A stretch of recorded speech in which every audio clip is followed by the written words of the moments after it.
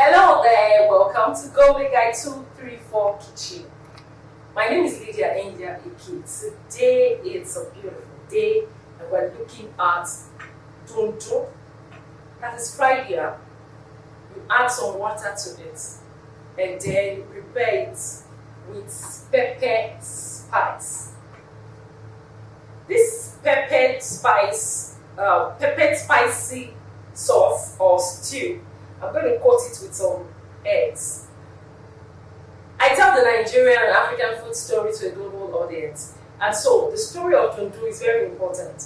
So first, I'm going to get my oil, and it's going to go right into my fry pan or my saucepan, and then once it's well heated, I'll start adding my yam.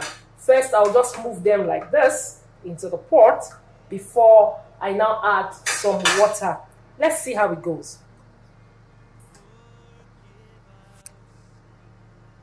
The oil goes in. Now for Dundu, the oil must not be much because I'm still going to add water. So I just drop this here. I set the ball rolling. The heat is ready. For Dundu, you don't add too much oil. All because I want to get that consistency of making a nice fried yam that looks milky. You get what I mean?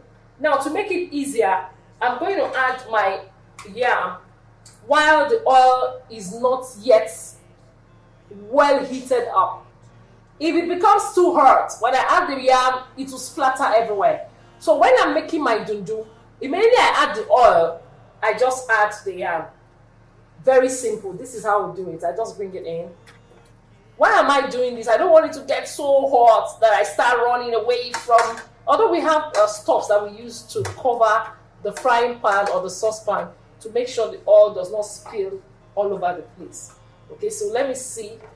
When I'm making my Dundu, I make sure I cover every single space. Like I said, I made it in circle form so that it will not suck in too much oil. Yes, as much as possible, we look for how to do and live healthy when preparing stuffs like this. So I'm going to push this in. I'll also push this in, and I'll also push this in. Okay? Now, how do I now do it? I will sprinkle my salt. I'll just use my bare hands to sprinkle my salt all over just very small. Usually, I will not add salt to my yam. But you say, oh, Lydia, I love salt a lot. Please be careful with salt. Just sprinkle a little. Now, what I will do now is to also take some water. This plate that I use to take my oil, I'll just take some water and then pour the water all over the yam. Hey Lydia, what style is this? This is what is called Dundu. So it's a mix of oil and water. To have a very good result, I'll have to cover the frying pan. So I just cover like this to allow this to get well heated. You can see it's beginning to boil. So I'll wait for it. This should not be more than 4 or 5 minutes when making Dundu. So let's see how it goes. I'll be back. Then we'll see how it turns. I'm going to make sure I turn it. One thing about Dundu may not necessarily turn out brown, you get, because you've added water, but when you taste it, it's always milky and very, very delicious. I'll be back very shortly. Don't go anywhere.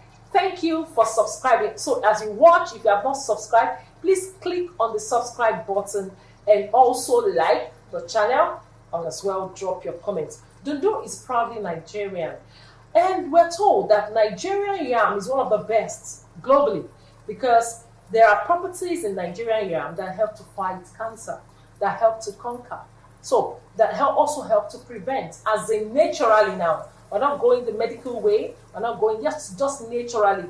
So if you want to, you can eat plenty of yam. And there are different ways to eat your yam. You can fry it like Dundu, the way I'm doing right now. You can decide to boil. You can decide to steam. You can decide to roast. You can decide to make porridge yam. Different ways. I'll be bringing them subsequently as we go through each addition. Okay? So, but this is Dundu, and this is how it will fry for some minutes. After a while, I'm going to turn it. I'll be back.